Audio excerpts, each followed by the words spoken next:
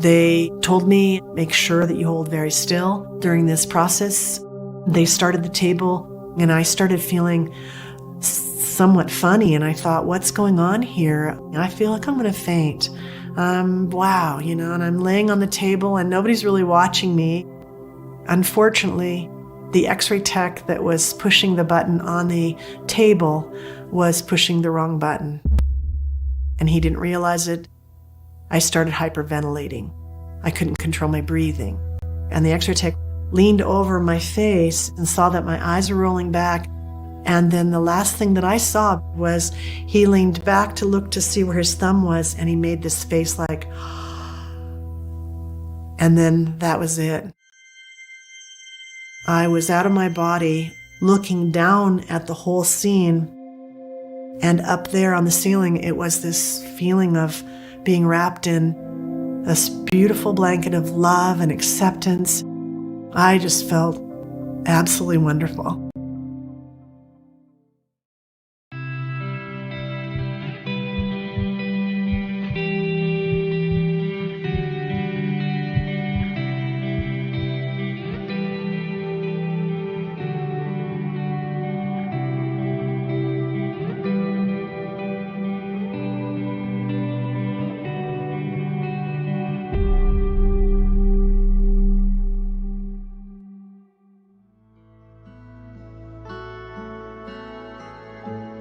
My name is Barbara Bartolome, and I grew up in West Salem, Oregon. I had 4 siblings, 3 that were older than me and 1 that was younger. We rode our bikes everywhere, my little sister and I, and we were wild and happy girls. And we just had a lot of fun camping with my dad and mom, and it was really a nice place to grow up. After I graduated from high school, I went to City College and enjoyed, working and earning my own money and had an apartment. Ended up moving down to Santa Barbara, California when I was about 27 years old. And so I was moved away from my family and support system up there. And I ended up marrying someone in Santa Barbara that unfortunately had abuse issues. And I got into the abuse situation where I couldn't get out. His anger with his job and anything else that occurred, he was very controlling. And if my son and I didn't do exactly as he had asked us to do, then we were in trouble. And I realized it was really dangerous for both of us. I had asked him to go to counseling. I'd asked him to go to a pastor of a church. He had rejected everything, and I tried just everything I could think of to try to help him with his anger issues, but nothing worked. He ended up calling me outside on our patio, and he had a 2x4 underneath some bags of cement that had a couple of 2x4s underneath the bags. And so these bags of cement were quite heavy, and this 2x4 was underneath them, and he had his shoulder underneath it. And he said, "Come over here." And I said, "What are you doing?" And he said, "Come over here." And he ended up pulling on my left arm and pulling me over underneath the 2x4. Then he removed his shoulder, and the 2x4 came down onto my shoulder because he was taller than me. And the weight of the bags of cement ended up hitting my shoulder, and that's what burst my disc in my lower back. And it felt like I had just been shot in my lower back, and I crumpled to the ground. So I ended up having problems walking after that point. And the first doctor that I went to see to find out what had happened, he said, "You've got sciatica problems because of this disc that's been blown out." And he said, "I don't think that I can actually fix this. I think this is going to be something where you're not going to be walking anymore." And so I had a girlfriend at work, and she told me, no, don't believe that. You need to talk with a neurosurgeon. So I called a local neurosurgeon that she suggested that I call, and I got in to see him. He was looking at the x-rays up on this lighted board, and he said, "Oh, I can fix this." And so I really wanted to believe him because I was 31 years old now my little girl was 5 months old and my son was 8 years old, and I really wanted to have my life. And so he scheduled surgery for me in December of 1987. He and the orthopedic surgeon had decided that I needed to have a myelogram done. And a myelogram is injecting iodine dye into my spinal cord. And they had me on an x-ray table. And then they had explained to me that they were going to tip the x-ray table with my head up and my feet down so that the dye would run down my spinal cord and they could see if the spinal cord had been chipped when the disc blew out. Because if that was the case, it was going to be a much bigger problem. They told me initially that if you move at all during this process, you could have headaches for months afterwards, so make sure that you hold very still. Both the doctors were in the room, the orthopedic surgeon and the neurosurgeon, and 2 x-ray techs and a nurse. And so they started the table, they injected the dye in, and they numbed the area right behind my neck, but no other anesthesia or anything else. They started the table moving, and it was going very slowly, and it was making this sound. And I started feeling somewhat funny, and I thought, what's going on here? I feel like I'm going to faint. Wow, and I'm laying on the table, and nobody's really watching me, and the nurse is over at a table by the door, and the 2 doctors are talking to each other, and the x-ray techs are talking to each other. This is just a normal myelogram for them. No big deal. But unfortunately, the x-ray tech that was pushing the button on the table was pushing the wrong button. And he didn't realize it. And what happened was that as I was feeling like I was going to faint, I started hyperventilating. And I couldn't control my breathing. So that's when the 2 x-ray techs heard me going, ha, ha, ha, ha. And so they stopped talking to each other, and the x-ray tech with his finger on the button leaned over my face and looked at my face and saw that my eyes were rolling back and that I was hyperventilating. And then the last thing that I saw was he leaned back to look to see where his thumb was, and he made this face like, and then that was it. I was out of my body looking down at the whole scene. And the panic that I was feeling in my body was gone. And up there on the ceiling, it was this feeling of being wrapped in this beautiful blanket of love and acceptance. And I just felt absolutely wonderful. And I looked down at what was happening down below. He'd started calling code blue, and I calmly said, if I'm up here and my body is down there and he's calling code blue, I think I just died. And right when I said that, there was this feeling of a being that was right next to me. And the being felt to me like I had known him forever. It felt like it was God. I felt the absolute acceptance and the absolute love and the absolute comfort. I felt like when he was next to me, that I was a pure being. I was a pure spirit, and he loved me so much. It was just incredible. It was life-changing to have that feeling of him being right there. And I felt that feeling of connection all the way prior to my life here, that I had been on the earth for 31 years at that time, but I felt it was way beyond that. I began in my consciousness talking to the being, and I was looking down and watching everything from above, and they were all panicking down below. The doctors were yelling out orders, and the nurse was calling on the phone for a defib unit. The 2 x-ray techs had gone into CPR, and I said to the being, I really need to go back, because I knew that my husband, if he had full control over my children, that those children would be abused. I had already seen the abuse to my older son already, and I knew that my little 5-month-old daughter would encounter that as well. I need to go back. I need to go back to protect them. And so I was saying that to him while I was watching everything down below. And they had brought in an oxygen cart, and they had an oxygen mask on my face. The 2 x-ray techs were just switching off every 2 minutes doing chest compressions. One of the other things that happened was this man brought in this box, and he put it on this ledge that was next to the x-ray table, and he was peeling off these white circles, and they were putting them on my chest.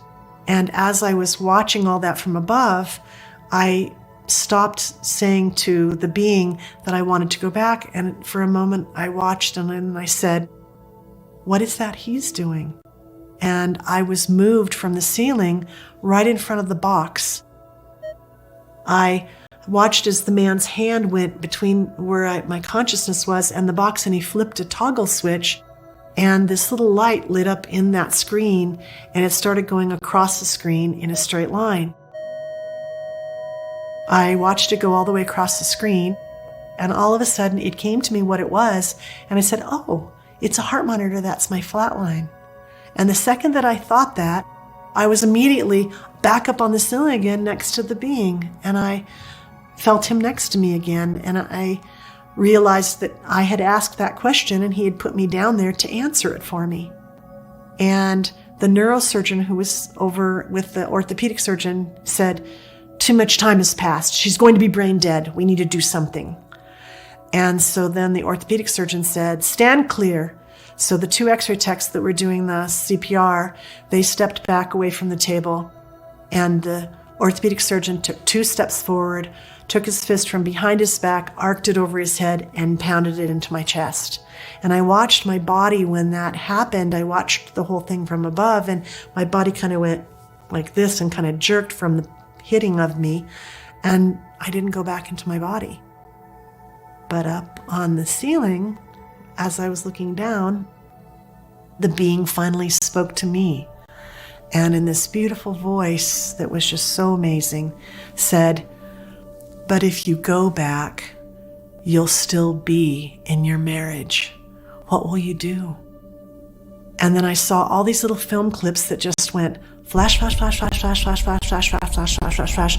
And they were all incidents that had been happening in the years that I'd been married to this person that I was married to. And it was all of the abuse that I had been enduring.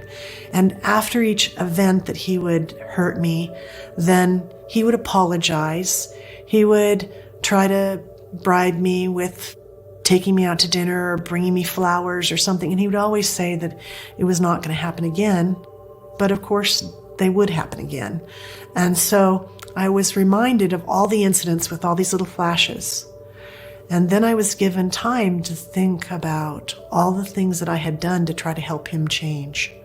And I thought about this, 8-page letter I had written about stating that I couldn't take any more of the abuse, and that if he continued to do this, that I would leave him. And, the marriage family therapist and the pastor of the church, and the times when I, told him, "I'm not doing this. This is not going to be who I am."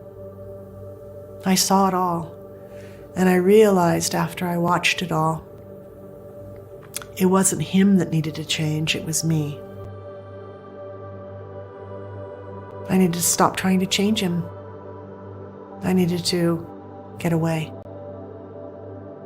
So I said, "If you let me go back, I promise you, I'll get strong enough to leave him." And the second I said the word him, the doctor did the second precardial thump, and it restarted my heart. And I opened my eyes, and I was back in my body with the oxygen mask on my face. They were all astonished that I opened my eyes. And I looked at him and I said, "What just happened?" And the nurse leaned over me and said, "Stop, don't talk. We need to stabilize you." And so for 20 minutes, they did whatever they had to do to stabilize me. And then they took the oxygen mask off. And I said to all of them, were looking at me, and I said, "What just happened?" I was up on the ceiling and I could see and hear everything. And the neurosurgeon who was standing next to the table I was laying on, he went, "Oh, brother." And that made me completely recount what had just happened. So I said, no, I'm telling the truth.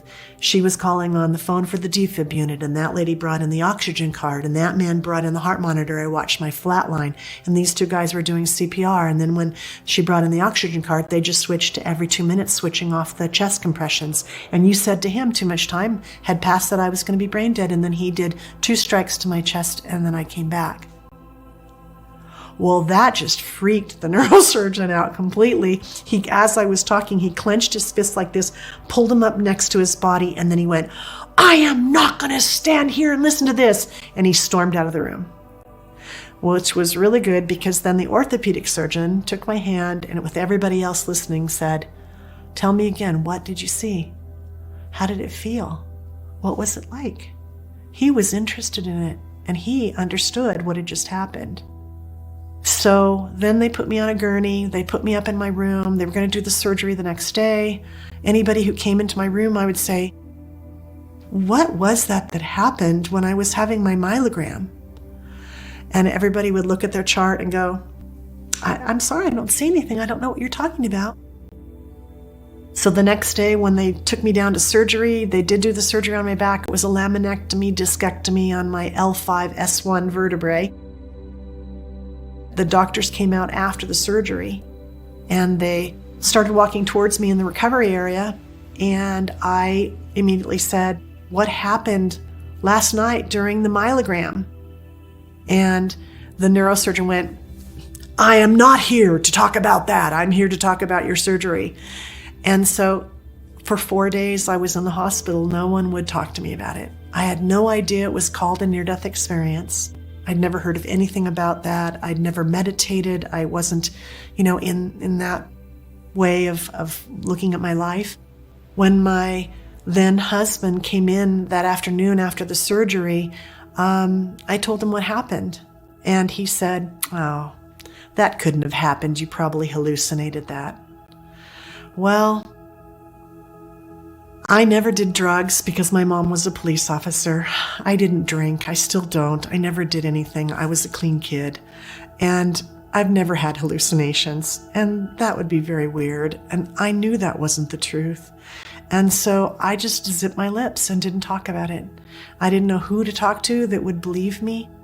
It was as real every time I thought about it as if it was just happening. Like when I talk about it right now, if I were to shut my eyes, I would see down where the table is, where the people were. I can see the whole room. But there wasn't anybody to talk to. And so I kept it inside me for about 12 years. And I went on with my life. I got away from the husband. It took me a while to get away because he had really highly insured me, and I was afraid he was going to kill me. So I waited until it was the right time. He was on a business trip to go to Canada, and I realized that for a week he wouldn't have access to me. And I got a restraining order against him and let the police department know that I was in a dangerous situation, and that was what helped. I got through a divorce and moved on. How I look at it is that my near-death experience was planted in my life to get me out of that situation and to help me grow beyond it. I spent 2 years working and supporting my children, and I thought, I'm not sure I ever want anybody else in my life. I'm scared. I don't know if there's any nice people out there, nice guys. So what I started was a little book next to my bed that I would look at night, and I would write character traits, positives only, that I would want if I ever let anybody else into my life, if I ever trusted anybody again. And every night when I would look at that book and read through the character traits, I would say, God, I don't know who this person is, but I know that you do. One day, my son, who was in 8th grade, brought home a girl from the neighborhood, and they wanted me to go to a movie. They ended up asking me to come over to her house to pick them up. So I went over, and the door opened when I knocked on it, and it was a 7-foot tall guy. And I said, "Hi, I'm here to take your daughter and my son to the movie." And he said, "Well, that's weird because they asked me to take them to the movie." And I immediately knew what they were doing was putting their two parents together. And I was very embarrassed. And we went to the movie and we went to dinner afterwards with the kids. And I got a chance, since we had both had 2 children each, we got a chance to go out and do fun things with our kids. And after about 4 months, I realized that I'd been writing all those character traits about him. And at 6 months after our meeting, we got married. And now it's been 30 years, and he is still the person I wrote about.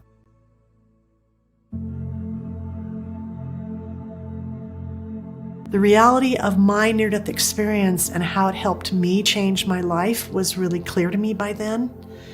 And how I looked at death and how I looked at consciousness had all changed. And I'd never been taught anything, I'd never read anything, but that NDE helped change who I was in major ways and helped me to understand much more than I'd ever understood before it happened. Then what ended up happening was that my daughter, she was about 12 years old and she was in a gymnastics program. And the woman that was sitting next to me was a friend of mine, and she was telling me she was a nurse at a hospital in Santa Barbara where we live. And so I ended up talking to her and telling her about it. And she ended up telling me it was called the near-death experience. And that was the first time I'd heard that term.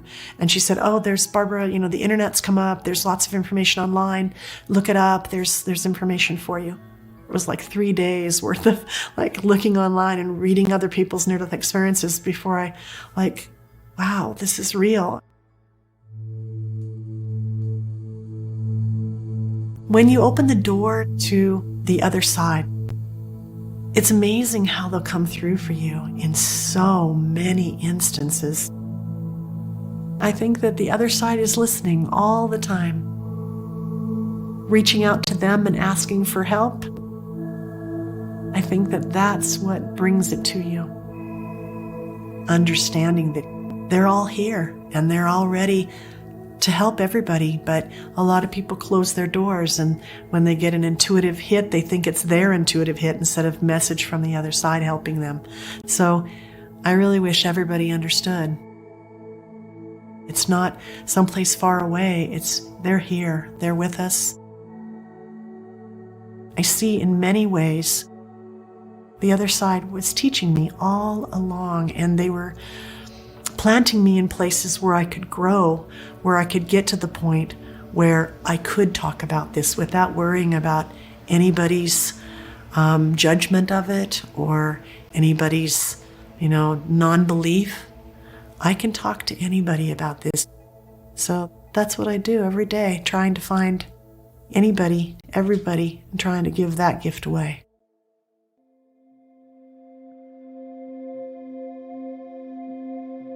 What I want to see, and what I hope everybody wants to see, is positive things at the end of their life. And they can say, I did a lot of good stuff. I touched a lot of lives. I helped a lot of people. Feeling that joy that you get from helping somebody else is super positive in your own life. Even just smiling a little baby in a shopping cart and helping somebody with groceries or volunteering. I would pull my children in and we'd pick up trash off the beach. I try to find ways every day that can be something that will help somebody else.